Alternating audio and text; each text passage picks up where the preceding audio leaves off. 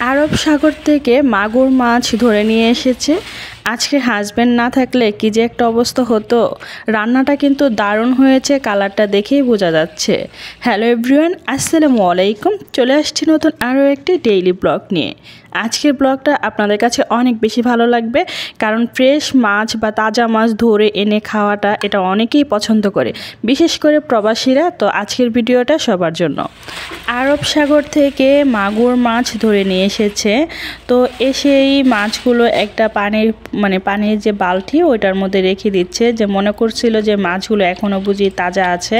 আসলে যে পরিমাণে গরম পড়ছে একটা মানুষই অসুস্থ হয়ে যায়, আর মাছগুলো তো মরেই গিয়েছে। তো মাছের যে পানির একটা গন্ধ, সেই গন্ধটা আমি একদমই সহ্য করতে পারি না, আর মাছ কাটা তো আমি পারি না। তো আপনাদের ভাইয়া না থাকলে আসলে আমার অনেক বেশি কষ্টদায়ক হয়ে যেত, কারণ মাছ কাটার প্রতি আমি খুবই আনাড়ি। আপনাদের ভাইয়াও পারে না, মোটামুটি যা পারে আমি তাও পারি না। তো এই যে মাছ কাটার জন্য বসে গিয়েছে, আর সব কিছু আমি গুছিয়ে দিয়েছি, আর উনি মাছ কাটতেছে। তো এখন মাছগুলো এক এক করে কাটা হবে। মাছ কাটার প্রতি যেহেতু দুজনে আনাড়ি, তো এই মাছগুলো কিভাবে কাটে সেটাই আমরা বুঝতে পারতেছি না। তো যেভাবে পারতেছি সেইভাবে মাছগুলো কেটে নিচ্ছি। আমাদের কথা হচ্ছে মাছটা ছিলতে হবে, এবার মাছটা কিভাবে ছিলবো সেটাই বুঝতে পারতেছি না। তো প্রথম মাছটা কাটতে বা ছিলতে অনেক বেশি কষ্ট হয়ে যাচ্ছিল। আসলে যেটা না বুঝে সেটা কিন্তু প্রথম করতে একটু কষ্ট হয়ে যায়, স্বাভাবিক। তো আমার হাজব্যান্ড অনেক কষ্ট করে মাছটা ছিলতেছে, এই যে ছিলা শেষ। পরবর্তী যে মাছগুলো কাটা হয়েছে বা ছিলা হয়েছিল সেগুলো করতে কিন্তু আর খুব বেশি কষ্ট হয়নি, কারণ প্রথমটা দেখেই কিন্তু শেখা হয়ে গিয়েছিল যে কিভাবে সহজ হবে। বিশেষ করে বাংলাদেশে তো বটি বা ছাই থাকে, ওইগুলো দিয়ে কিন্তু মাছ কাটা অনেক বেশি সহজ হয়ে যায়। এই দেশে তো আর সেই জিনিসগুলো নাই, তো একটু কষ্টই হয়ে যাচ্ছিল। আর প্রত্যেকটা মাছের ভিতরে কি সুন্দর যে ডিম, দেখতেই হয়তো বুঝতে পারতেছেন এত সুন্দর ডিম। আর ডিমগুলো আলাদা করে রাখা হচ্ছে, আর মাছগুলো প্রথমত ছিলে এক সাইড করে রেখে দিচ্ছে। এইভাবে করে সবগুলো মাছ ছিলা হচ্ছে।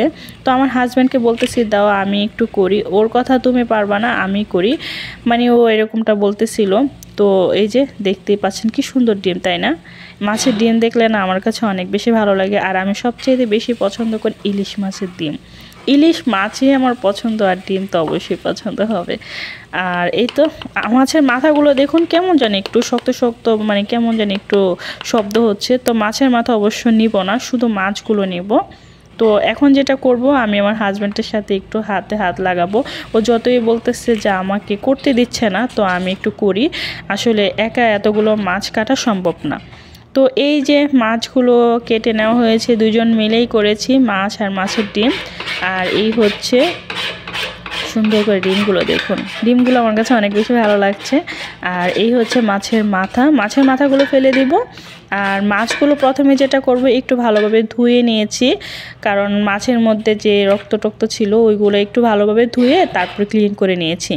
এবার এই মাছগুলো একটু কেটে নিচ্ছি রেগুলার কাট করে। এই মাছগুলো কিন্তু কেটে আবারও ধুবো, কারণ ওই ধোয়াতে কিন্তু হবে না। আর মাছ যত ভালো করে ধোয়া হয় ততই বেশি খেতে ভালো লাগে। যেহেতু এই মাছগুলো আমি খাবো না, আমার হাজব্যান্ড খাবে, তারপর তো সুন্দর করে করতে হবে, তাই না? মাগুর মাছ আপনাদের কাছে কেমন লাগে সেটা একটু কমেন্ট করে জানাবেন, কারণ মাগুর মাছ কিন্তু সবাই পছন্দ করে না।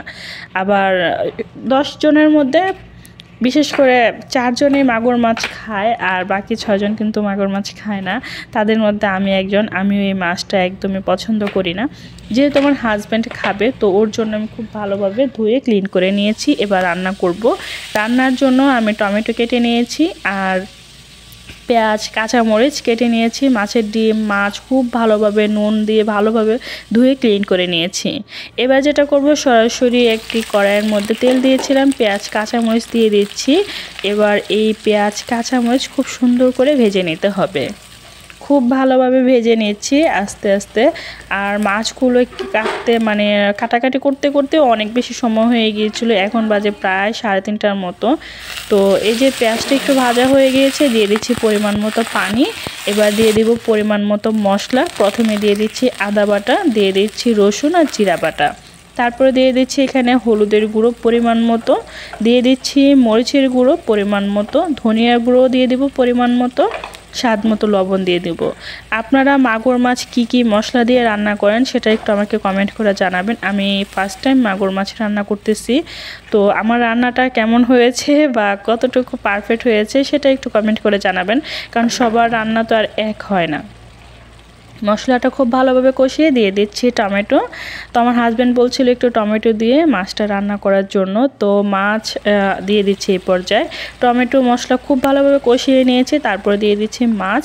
এবার মাছটাও খুব ভালোভাবে কষিয়ে নেব। আমি যেটা করি মানে প্রত্যেকটা জিনিস স্টেপ বাই স্টেপ কষিয়ে নিই। প্রথমে মশলা কষিয়ে নিয়েছি, তারপরে টমেটো দিয়ে কষিয়ে নিয়েছি, তারপরে আবার মাছটা দিয়ে এবার মাছ আর মশলা খুব ভালোভাবে কষিয়ে নিব।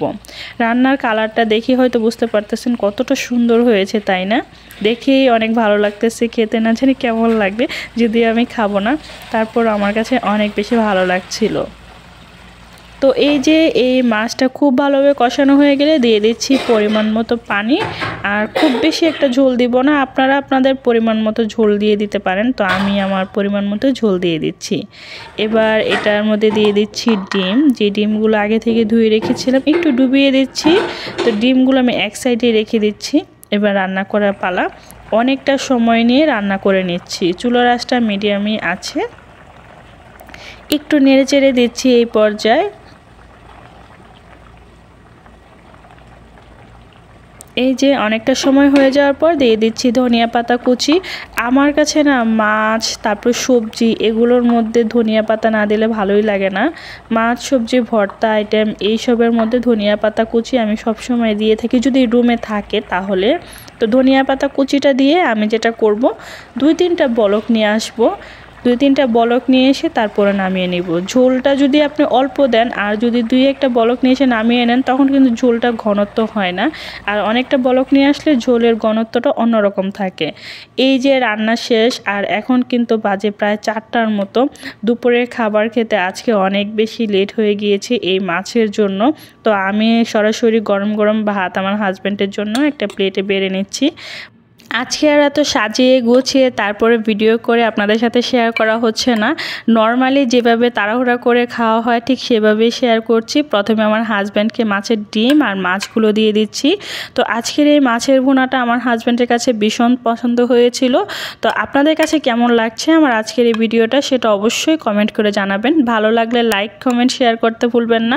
প্লিজ চ্যানেলটা সাবস্ক্রাইব করে রাখবেন আর পেজে লাইক ফলো দিয়ে সবসময় সাপোর্ট করবেন। আপনাদের লাইক কমেন্ট শেয়ার আমাকে নতুন ভিডিও দেওয়ার অনুপ্রেরণা যোগায়। আমার হাজব্যান্ড খাচ্ছিল আর বারবার বলতেছিল যে তুমি যে এই মাছটা খাচ্ছ না অনেক বেশি মিস করতেছো। তো যাই হোক, মিস করি আর যাই করি, মাগুর মাছ আমার পছন্দ না। আপনাদের কাছে কেমন লাগে সেটা অবশ্যই কমেন্ট করে জানাবেন। আজকের ভিডিওটা এখানে শেষ করে দিচ্ছি। সবাই ভালো থাকবেন, সুস্থ থাকবেন আর অবশ্যই আমাদের জন্য দোয়া করবেন। আল্লাহ হাফেজ।